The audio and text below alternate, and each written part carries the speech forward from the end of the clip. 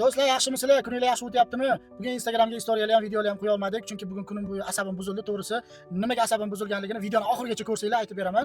Do'konga ertalab kirdim, nonimni olib kirdim, klient turibdi, kechki non turibdi. Non dasturxonga o'ralgan yumshoqqina turibdi. Mana o'sha kechki non olib kelganman. Klient nima deyapti? Issiq noningizdan, bugungi noningizdan bering deyapti. Do'kon egasi aytayaptiki, mana kechki non ham bor-ku, buni kechki deyapti. Qotib qolgan bo'lsa ham mayli dedi, yumshoqqina turibdi kechki nonimiz ham. Odamlar kundan kunga noshukr bo'lib ketyapmiz-da. Nimaga unaqa bo'lyapmiz? Tushunmayapman. Kechki non bo'lsa nima qilibdi-ki? Qotib qolmagan-ku bu. Qotib qolgan bo'lsa ham mayli dedi. Mana shu kechki non-ku bu. Bizda qishloqda onam non yopadi. Даже bir haftada bir marta non yopadi, 4 kun, 5 kun yopadi. O'sha nonni-chi biz yeymiz-da. Bizachi bu yerda bilmadim, mayli qishloq noni bilan bu nonni farqi bo'lishi mumkin. Nimagaki bu xonkada achitqi sal ko'proq solinadi. Mayli, lekin bir kunlik deyilmagan bu xonkani. Mayli ertasi kuni yesa bo'ladi-yu, unaqa qilish kerak emas-da. Borgan sari noshukr bo'lib ketyapmiz, to'g'risi. Mana ishxonada biz nechta odam mehnat qilib shu nonni chiqaramiz-da, xalqimizga bo'lsa, xalqimiz maza qilib iste'mol qilsin deb do'konlarga biz yetkazib beramiz, issiq qilib, kunlik-kunlikchi. Va biz ham misol uchun ishxonada bo'lsa ham, uyda bo'lsa ham bir kunlik non bo'lsa ham biz uyda ham yeymiz-ku. Bunaqa bo'lish kerak emas-da, do'stlar.